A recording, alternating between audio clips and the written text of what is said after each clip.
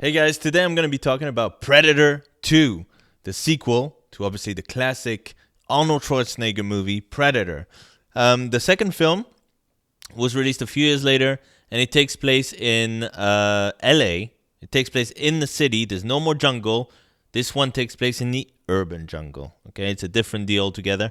I actually really love the first shot of this movie, which opens in the jungle, or so you think, and then it kind of moves up a little bit, and boom, the city's there. So you were like in the park or something, just on the outskirts of LA.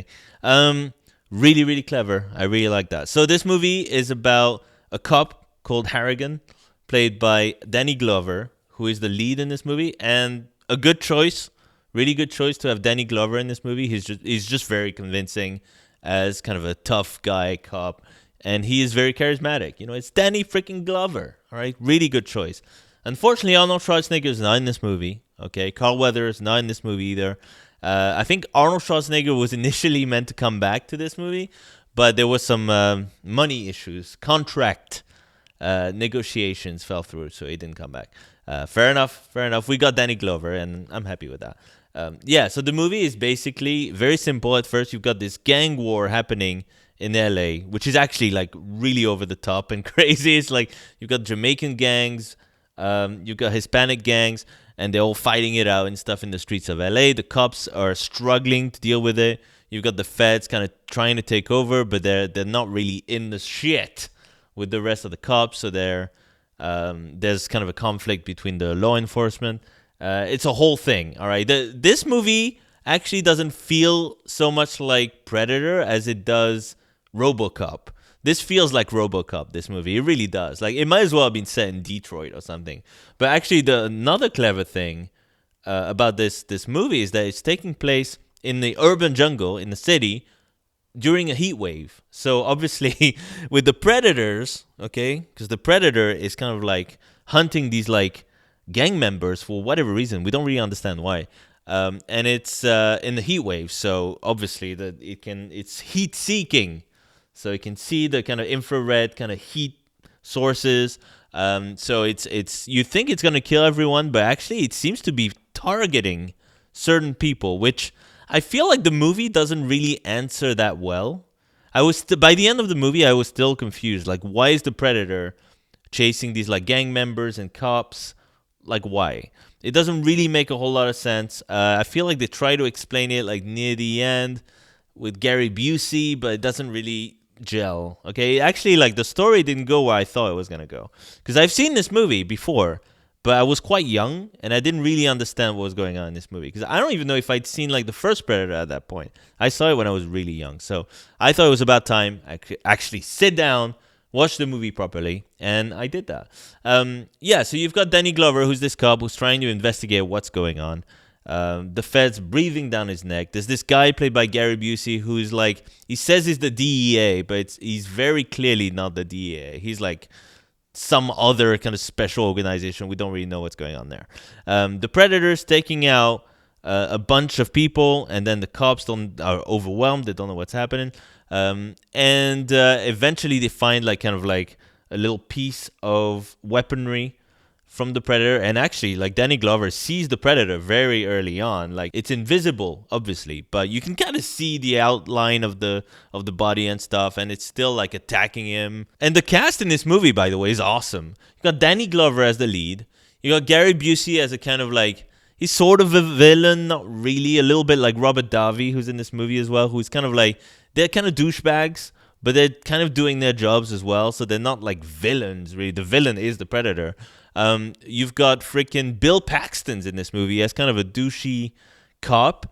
And I don't know, it's kind of weird in this movie. There's like this big build up to this kind of new kind of partner to Danny Glover's character, Harrigan, Bill Paxton, who is this kind of douchebag guy from another place who came to make a name for himself. And big spoilers coming up. Okay, go see the movie. It's good. Okay, just come back to this after. Yeah, so Bill Paxton, there's this huge build-up to him just being the partner, you know? And he dies almost instantly. And I was just like, oh, okay. Well, I feel like it wasn't worth introducing this character much. I mean, Bill Paxton's awesome. Don't get me wrong. Like, he's funny as hell, but he's not, like, in it a lot. Like he's introduced almost like 2 scenes later, he's done. Which is it's kind of a shame. The Predator's really cool in this movie. Gets to showcase a lot more kind of tricks and weaponry and all that stuff. Some cool moves here and there, some cool effects. There's more Predators actually. At the end, you see a bunch of Predators. You see a spaceship. The scale is crazy by the end. It's kind of cool. Yeah, this movie has kind of a cult following. Okay, this movie has a cult following because initially it wasn't really that well received. I feel like the critics were like didn't really know what to make of it. I have my own theories about that. I feel like even though the city setting is really clever for a Predator sequel, I feel like at the time, like every kind of sci-fi action film took place in the city, especially LA. So I think people at the time were just kind of bored with it. They're like, oh, well, the jungle in the first film was almost like refreshing because you didn't really get kind of sci-fi jungle movies, action movies with like Arnold Schwarzenegger and shit. But in this movie, it's just kind of, oh, it's another LA kind of sci-fi film. The Predator's in it for some reason.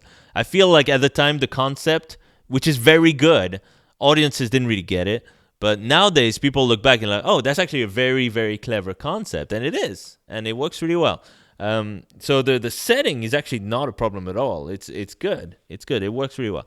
I think this movie is not perfect, though. There's some problems with it. Like I said, I think Bill Paxton kind of like, I feel could have maybe stuck around a bit longer in the movie. I feel like by the third act is a little bit of a mess. Like, I buy that Danny Glover's a badass in this movie. I do. From the very first scene where he's just like hanging out of a car, like fighting a bunch of gang members, it's badass. I mean, Danny Glover's badass in this movie, don't get me wrong. I just don't really buy the kind of like the way that he takes on the Predator himself. Like, I don't necessarily buy that because the Predator has all these crazy weapons. And for some reason, he can't take out this like 40-year-old man. Who just has like a gun. Sometimes he doesn't even have a gun. He's got nothing. He's got a bulletproof vest. Big deal. And it's funny because like the Predator shows off this kind of like frisbee, like a metallic frisbee, and he throws it, and it cuts like 10. They're in the slaughterhouse, and it cuts like 10 giant pieces of meat, and it cuts like Gary Busey in half. Okay, Gary Busey is good in this movie, by the way. Okay, this was I think before kind of mental issues. Following a car crash or whatever, or a bike crash, I forget. But he's good in this movie. He plays the kind of asshole official, with hard ass kind of with a bunch of secrets and stuff. He's good actually, and he's not all bad by the end, but he does get cut in half. So I feel like the Predator at any second could have just taken out Danny Glover, but for some reason, because he's the hero, like he kind of sticks around and like he has the weapon. And then even when he has the weapon, he doesn't really take out the Predator. There's like 2 scenes, almost one after the other, where like the Predator is like dead, okay? Basically. Or like he's like lying on the ground. Danny Glover has the weapon in his hand. And he just kind of looks like this. And it's like, what are you doing, bro? I thought the whole point of this was a revenge for your friends that got killed. 2 of them, by the way. One of them injured, severely injured. We never see her again. God knows what happened to her. And he could have killed it like twice, and he doesn't. And it's weird. Like, I don't know. It's kind of like in those action movies where there's like a couple of things here and there just don't make any sense. But yeah, so I didn't really buy the third act that much. And I like the scale of like showing the spaceship and everything. The spaceship looks incredible. At first I was like, they find the spaceship in like the sewers. I was like, how the fuck did the spaceship get in the sewers? But then they show you, like, obviously they went in through like this giant tunnel, which is a thing apparently. Anyway, it's fine. By the end, it sort of makes sense. And the way I thought the movie was gonna go, the story, I thought Gary Busey, the DEA guy, was gonna turn out to be kind of a government agent who part of a special task force to basically try using the Predator as a weapon for the government. So they're testing it out in LA to take out the gang members, which would explain why the Predator is really targeting certain people, But they didn't go that way at all. It turns out that the Predator is just loose. And Gary Busey's plan is to freeze it. Is to freeze the Predator to just keep it and use it as a weapon later on in like wars and stuff, which makes a little bit less sense to me. I don't know, because I feel like it would have created really good conflict for Danny Glover if he finds out that the government has actually approved this operation of like taking out gang members using predators, because he would have been pissed at this point. Okay, he would have turned against the government because his friends have died along the way, and then Gary Busey could be like, "It's a small price to pay. It's collateral damage. What are you gonna do? We're at war here." And then Danny Glover could kick his ass or something. I don't know. I think there was an interesting thing they could have done there, but they didn't go that way. There's a whole action sequence in a subway carriage, which I feel was a bit lacking.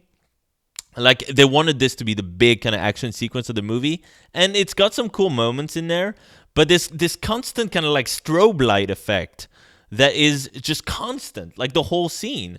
So you can barely make out what's going on, and it gets kind of tiresome by the end. It's an okay scene, but it kind of reminds me a little bit of the scene in Highlander 2, The Quickening, with Michael Ironside is just like driving this freaking train as fast as possible.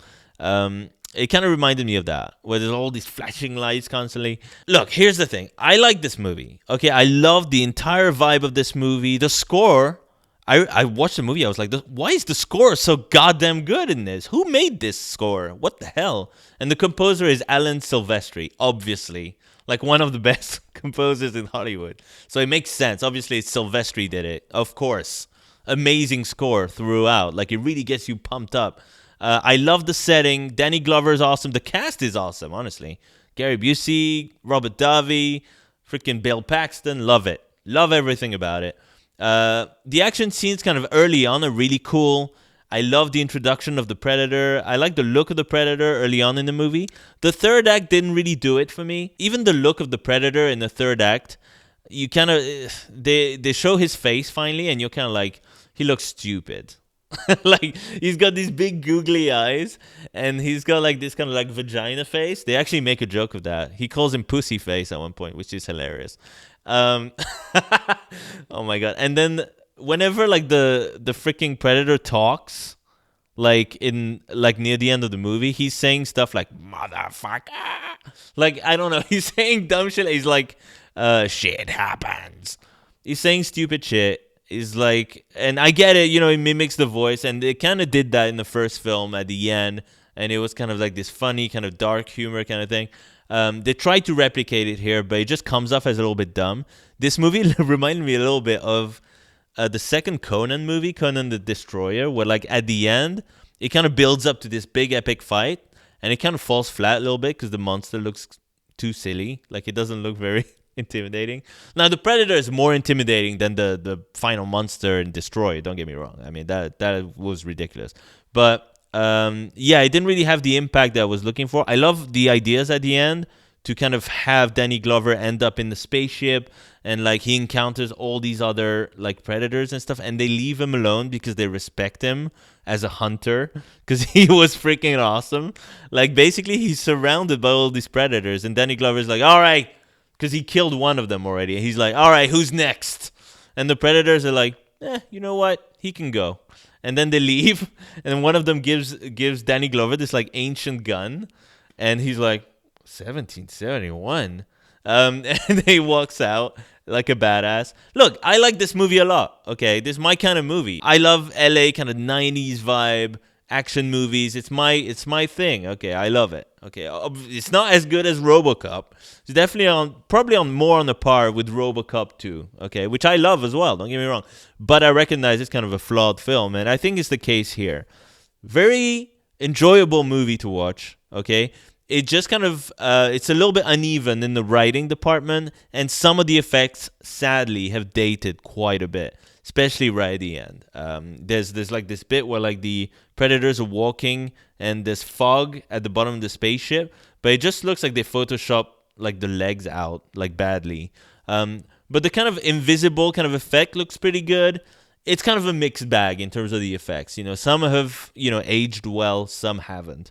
But yeah, overall, even though it's a mixed bag, I would recommend checking it out. Like, if you like the first Predator, you like Predator as a character, as a monster, you'll like this movie. I think it's a solid action flick, really funny moments, really like entertaining, great cast, amazing score.